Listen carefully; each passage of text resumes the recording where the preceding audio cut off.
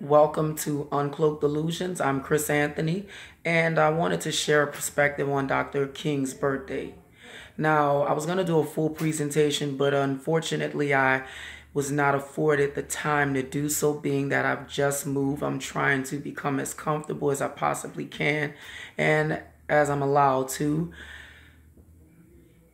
And I wanted to share this because I have been kind of collecting a great deal of ills and mishaps of black people and dealing with my own people. Dr. Martin Luther King believed in equality for black people. He also believed in unity with black people and white people. And he also fought hard against segregation and was successful at that. Was the youngest man to receive a Nobel Peace Prize. You know, there are controversies surrounding Dr. King's lifestyles, but this is not what this is about. 73% of the illegitimacy rate in the black community. So that means we have a lot of promiscuity going on and no women picking properly the men to father their kids and raise their kids, to have a family with. The murder rate in the black community has skyrocketed. You know, I believe it's 95% of the black crime or the black killings that occur is by another black person. And we are 13% of the population, and we commit over 50% of the killings and of the crime. You know, that says a lot. You know, the numbers, they don't lie. The education in our communities has failed the black people, and also we are attached and we stay clammed into that perspective that this thug mentality, this thug life is the true black person, the true black man, the true black woman. And it's the complete opposite, because that is what your counter race white people have basically taught you and instilled in you and allowed it to grow and fester and manifest within you. And you carry that around. So in truth, when you find yourself behaving like some thug and that particular culture is celebrated, you are just what they intended for you to be and not you. To not have an identity of your own, not to even create an identity that was suitable, because they gave you a suitable identity, which was this particular dilapidated and decadent, thugged out, correctional goddamn facility type of behavior, inmate style. So it's just something to really, really focus on and think about. We as a black people, we don't have anything. Economically speaking, we don't have anything. $1.3 trillion goes out of the black community financially, and none of it comes back into the community. So what does that say? That says black people are good at spending shit and not investing in anything, and they don't own anything.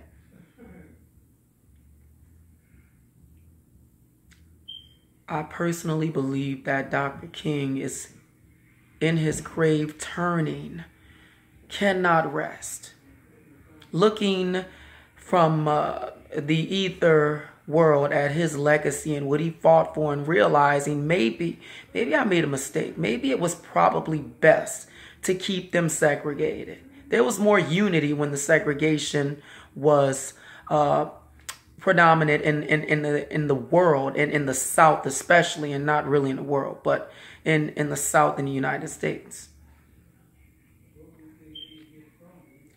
For instance, we seem to not want to take any responsibility for anything. We have a great deal of these mothers raising these sons and these kids in general, babying and pampering their sons and raising them to be that description of what they feel they want in a man. And they send their daughters out there to be whores. look, I've seen this myself. I've witnessed this personally, and I've witnessed this vicariously. You know, I've actually just started to realize the dysfunction that was existing within my own family. And, you know, I love to point out that I had two different sides of the coin on the family. I had the side that was the God-fearing, the unity, the education is everything, and the togetherness in the family. And I also had the side that, you know, displayed what they considered to be that tough love, where they didn't express any kind of emotion that was positive. You know, the lifting up the sons to be these ideal boyfriends of the mothers, and they, you know, later on becoming a fuckery of people. No responsibility, allowing the women that they sleep with to be the stars that's placed on their chest to solidify whether or not they're men. I've witnessed this. And again, I'm going on a tangent. I personally look at my community, and sometimes I feel like it's not even worth saving. So I can just imagine the passion that Dr. King possessed to go as far as he did, to do what he did, and to put his life on the line. And that is something that, yes, I do feel like I am willing to do, because Black people need to wake up. I mean, leave me a comment. Let me know how you feel about today being a special day. What do you feel, or what do you believe we as a community can do to improve the community, to come out of that mindset,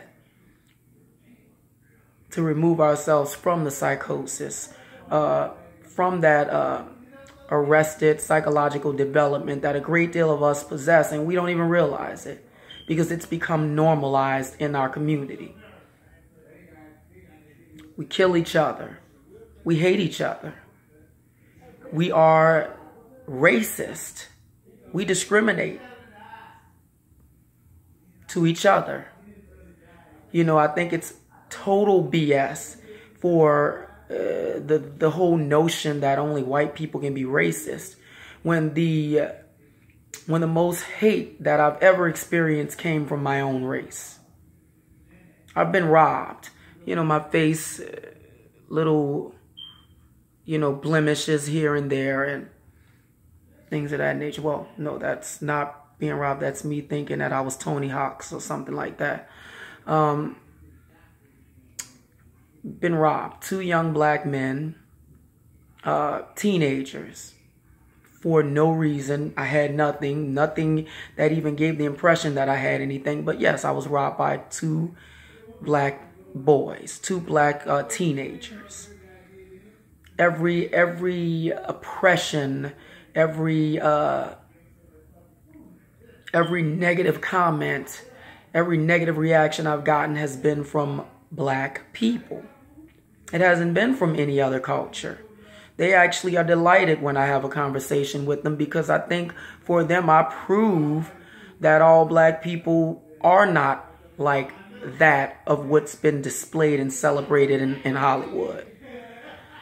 So just give me a comment. Let me know, what do you appreciate about what Martin Luther King did and what he stood for, and what do you think we as a nation, we as a people can do to live up to what he's done and what he hoped for? Because right now, we're not. We are not. We are the complete antithesis of what he was hoping for. I'm Chris Anthony, and I am out. Oh, like, subscribe. Let's get the subscribings where they need to be. I see that it's growing. Share the video. Let's make this a conversation that's a necessity. And I'm out.